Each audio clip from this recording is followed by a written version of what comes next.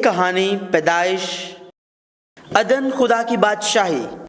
خدا کی بادشاہی آسمان میں داخل ہونے کے دو راستے ہیں۔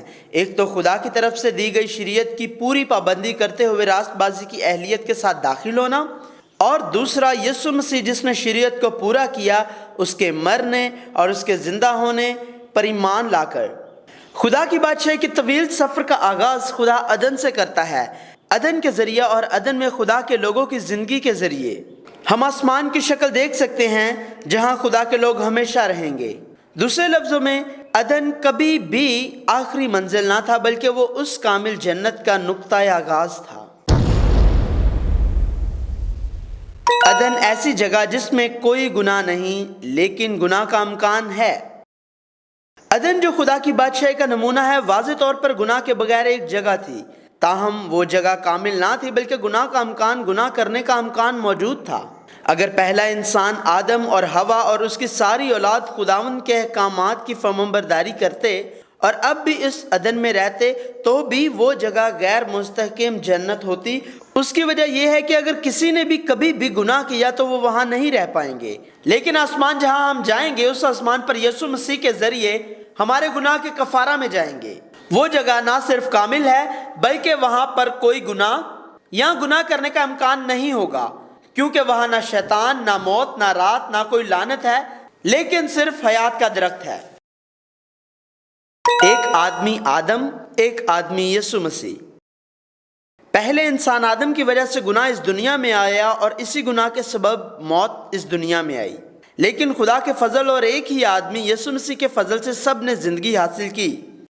بائبل بیان کرتی ہے، لیکن گناہ کا جو حال ہے وہ فضل کی نعمت کا نہیں، کیونکہ جب ایک شخص کے گناہ سے بہت سے آدمی مر گئے تو خدا کا فضل اور اس کی جو بخشش ایک ہی آدمی یعنی یسوع مسیح کے فضل سے پیدا ہوئی، بہت سے آدمیوں پر ضرور ہی افراد سے نازل ہوئی۔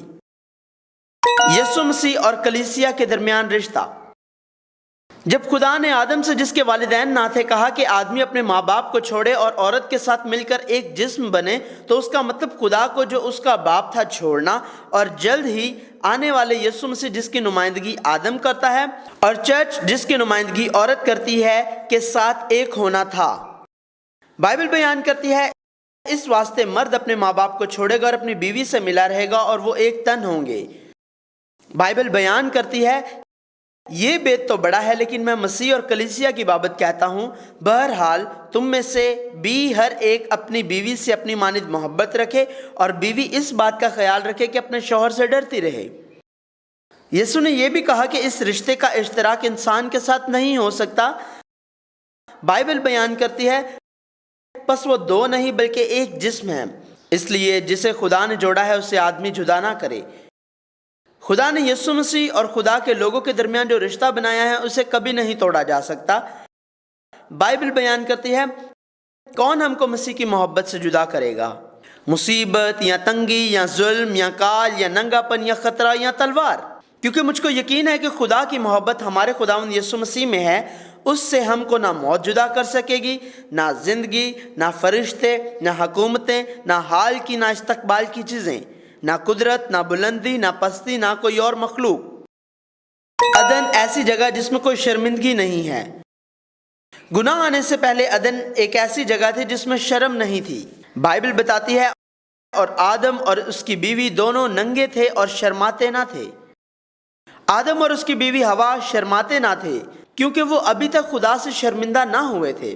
اسے اس وقت تک جب تک گناہ نہ ہوا، نہ خدا سے شرم آتی تھی، نہ ہی انسان سے۔ خدا کے خلاف اس کے گناہ کی وجہ سے خدا کے ساتھ رشتہ ٹوٹ گیا۔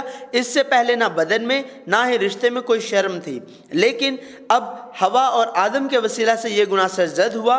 پہلے انہیں اپنی برہنگی کے بارے میں پتہ چلا اور پھر اپنی شرمندگی کا احاطہ کیا۔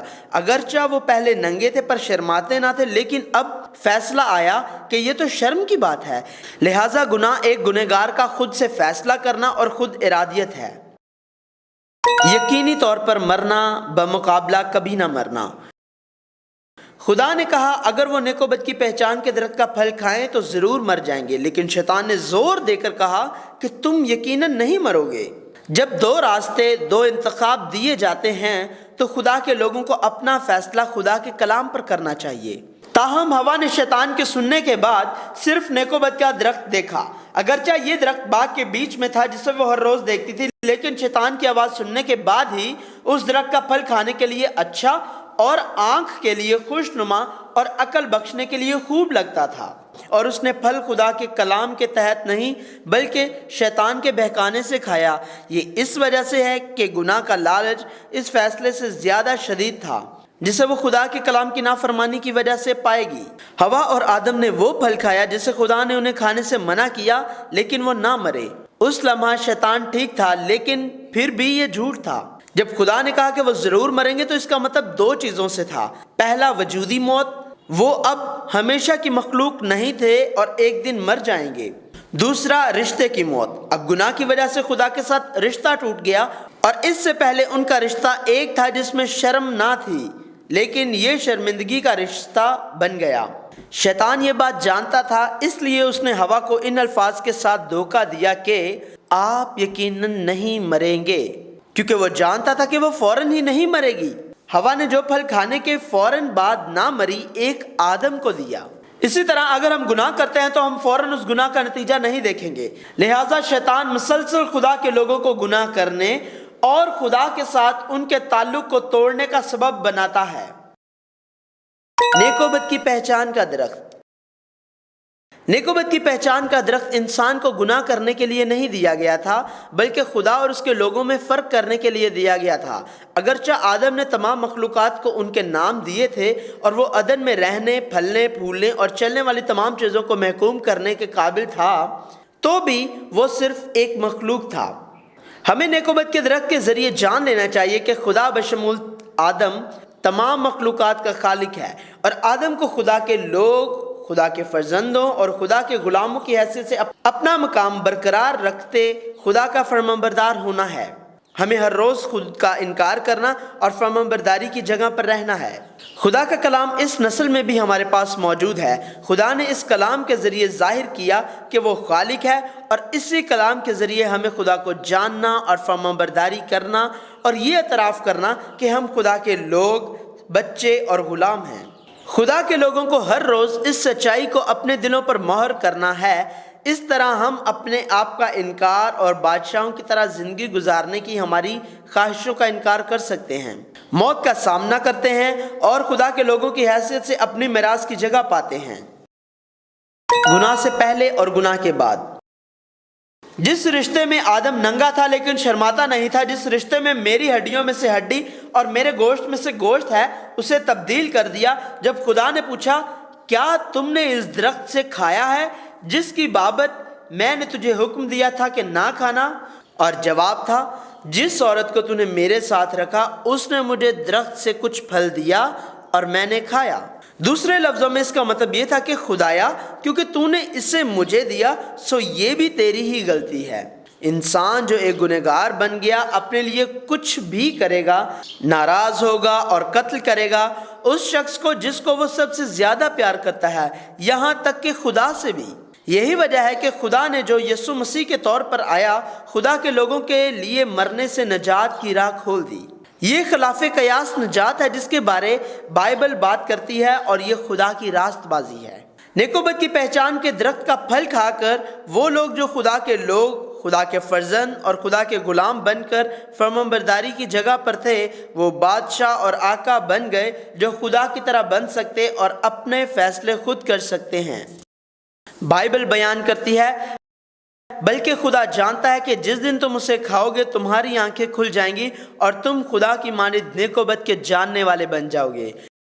بائبل بتاتی ہے، اور خدا نے کہا، دیکھو انسان نیک و بد کی پہچان میں ہم میں سے ایک کی مانند ہو گیا، اب کہیں ایسا نہ ہو کہ وہ اپنا ہاتھ بڑھائے اور حیات کے درخت سے بھی کچھ لے کر کھائے اور ہمیشہ جیتا رہے۔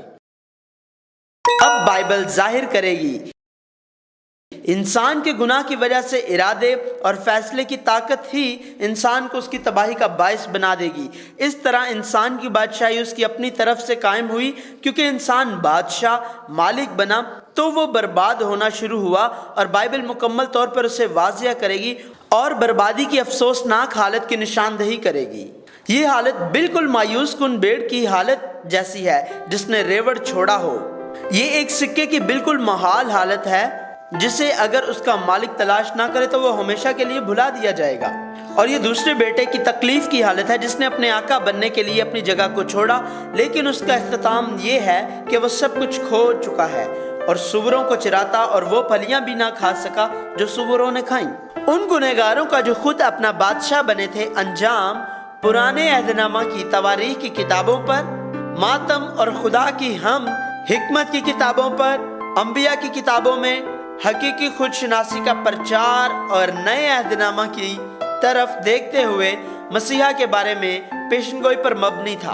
اور آخرکار یسوع مسیح جو مسیحا کے طور پر آیا، پرانے عہد نامہ کا خلاصہ کرتا اور تمثیلوں اور انجیلوں میں بات کرتا اور سب کو رسولوں کی کتاب میں خدا کے لوگوں کو کلیسیاؤں پر لاگو کرتا ہے۔